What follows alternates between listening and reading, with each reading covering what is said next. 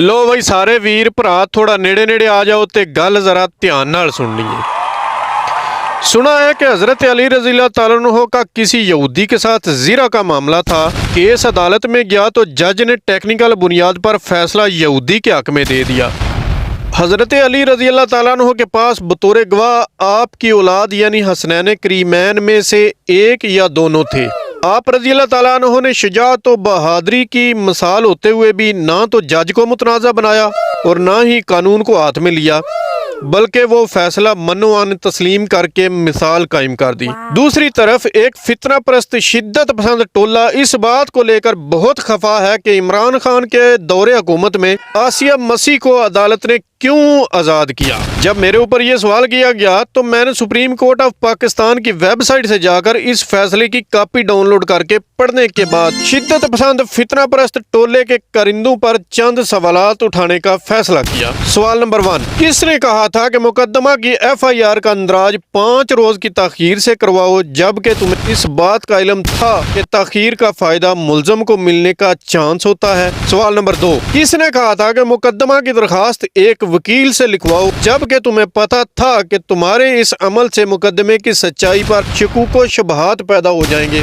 सवाल नंबर 3, मुकदमा में जो मौका के गवाहान पेश किए गए वो 2 बहनें थीं, मसमाता माफिया और मसमाता अस्मा। गवाह यास्मीन बीबी और मुख्तार अहमद मुकदमा से मुनहरिफ हो गए।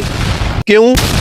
मुद्दईयों के फितना परस्त शिद्दत पसंद टोले पर एक ये बहुत बड़ा सवाल है जिससे मुकदमा की सच्चाई पर शकूक व शुबहात पैदा होती हैं।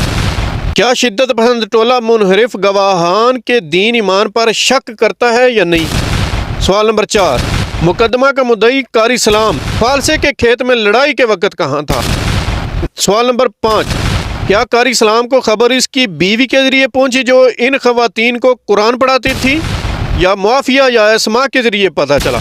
सवाल नंबर 6, खेत का मालिक मोहम्मद इदरीस झगड़े के वक्त वकुआ से कितने एकड़ दूर था? सवाल नंबर 7, मुकदमा में फालसे के खेत में 25 से 30 खवातीन का जिक्र तो मिलता है, मगर अदालत में कौन कौन गवाही देने पहुंचा पहले बयान किया जा चुका है। सवाल नंबर 8, हो सकता है कोई फलासफर ये कहना चाह रहा हो कि आसिया बीबी ने भरे मजमा में इकबाल जुर्म किया था, तो सवाल उठता है कि क्या मावराए अदालत इकबाल जुर्म अदालत में पेश किया जा सकता है और अदालत इसे तस्लीम करती है? मैंने इब्तदा में हज़रत अली रज़ी अल्लाह तआला अन्हु का वाक़या इसलिए सुनाया था कि वहाँ पर बतौर गवाह आपकी औलाद थी। काजी इस एंगल को देख रहा था कि वालिद का असर और रसूख औलाद पर हो सकता है, लिहाजा शक का फ़ायदा मुल्ज़म को देते हुए फ़ैसला यहूदी के हक़ में दिया गया था। आसिया मसीह वाले केस में पेश होने वाले गवाहान 2 बहनें थीं, तो क्या अदालत के पास इख्तियार नहीं था कि इस केस को इसी टेक्निकल बुनियाद पर खारिज कर दिया जाता? सवाल पूछेंगे तो कुफर के फतवे लगेंगे। आजकल हर बंदे के हाथ में मोबाइल के साथ इंटरनेट की सहूलत मुयस्सर है। गुजारिश है कि अभी गूगल खोलकर सुप्रीम कोर्ट ऑफ पाकिस्तान की वेबसाइट पर जाकर आसिया बीबी लिखकर फैसले की कॉपी डाउनलोड करके पढ़ें, फिर आपको पता चलेगा कि असल मामला हुआ क्या था और निचली अदालतों ने कौन से पहलू नज़रअंदाज कर रखे थे।